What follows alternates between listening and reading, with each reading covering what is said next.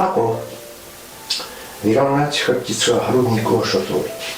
Chrbticu nevyrovnáme, pokiaľ hrudný kôš je stlačený, je v kompresii a to plecia sa sťahujú, kľúče kosti zužujú, je kompresia, je zúženie predné, sťahovanie a zužovanie a vzadu natiahnutie, uvoľnenie. A budeme tonizovať chrbát, aby sa vyrovnal a neuvoľníme predné sťahovanie, to je yang a yin, yin stiahnutý, yang uvoľnený. A teraz, ak neuvoľníme yin, prednú stranu tela, tu sa spájajú, stretáva 6 meridiánov inových, všetkých 6, aj na tvári, aj na hrudníku. No a ak začneme vyrovnávať chrbát, tonizovať a tu neuvoľníme, tak vlastne vzniká obojstranné sťahovanie, zužovanie, čo je silná patológia. Krvný obeh nemá kde unikať. Bude aj tu zužovanie, aj tu. To je kolapsový stav. Takže ako najefektívnejšie a najprirodzenejšie vystrieť hrudný koš v súlade s energetikou organizmu, s princípami prírody, ktoré nám bolo dané pri narodení. No a to je jednoduché. Treba zapojiť trojicu meridiánov rúk, smerujúcich od prstov na plece, na lopatky, na tvár. Začíname hrubým črevom, natiahneme ukazováky a vnímame ten ťah, ktorý bude pokračovať cez predlastie, laket, plece, 7. krčný stavec.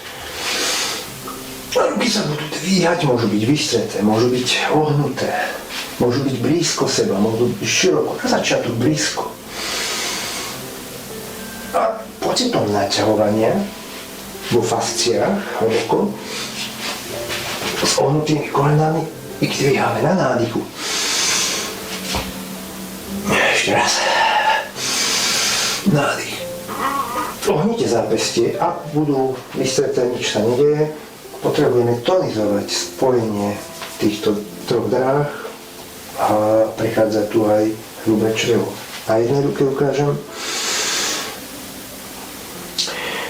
Dvíhame pravú časť, hrudník sa otvára prirodzene. Z toho zúženého, stiahnutého stavu cez hrubé črevo otvárame hrudník na nádychu.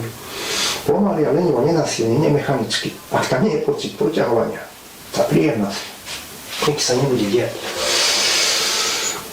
A hrudník sa už otvára, brucho sa vťahuje. Týmto by mali začať aj programy na hudnutie, zapínať hrubé črevo. Takže, prvý je moment, a teraz poďme na druhý. Prichádzame na tenké črevo, na maliček. Ten pôjde na lopatky tiež. Takže hrubé črevo sme tonizovali, hrudník sa otvoril hore. A teraz rozťahujeme sa dozadu a príjemne zatlačíme na pocity. Vznikne zámok na lopatkách a harmonicky k tomu sa hrudník už otvára aj komplexne. A tonizuje chrbát. Ešte raz. Po prvej etape hrubého čreva ideme na tenké črevo, na maličky. Prakticky nemusíte poznať. Teda aj telo vás bude viesť. Maličky ťaháme, maličky na lakte a na lopatky. Ako doprieme hrudník, už veľmi príjemný pocit, keď si ho natrénujete. A tretí záverečný je od týchto prstov, od prsteníkov. Ťaháme ich na bok dole, alebo na bok hore, ako sa vám žiada, alebo paralelne s podľahou. Poďme všetky tri pohyby. Hrubé črevo, na nádychu kolena sa ohýbajú. Koľko sa nám podarí, hneď tenké črevo. A bez čakania tri olievače. Na začiatku povedzme dole ukazováky, poďme z nový cyklus. Tenké črevo, maličky. A tri olievače. Pretože nie s mechanicky svalmi zistíte, že sa zapnú fascia, to signál bude veľmi, veľmi, veľmi príjemný. Nový pocit. Potom mäkko vydýchneme a ideme ešte raz. Pozrite si dýchanie. Nádych. Taký výdych, znova nádych. Toto sa môže dať najzložitejší pohyb, ak to necháte v prírode. Ukážem vám to, nie je zložitý. A znova nádych. Alebo urobte na jednom nádychu, ako urobím ja teraz.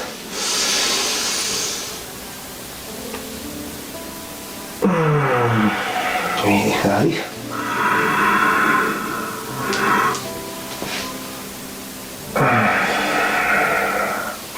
Alebo na 3 nádychoch.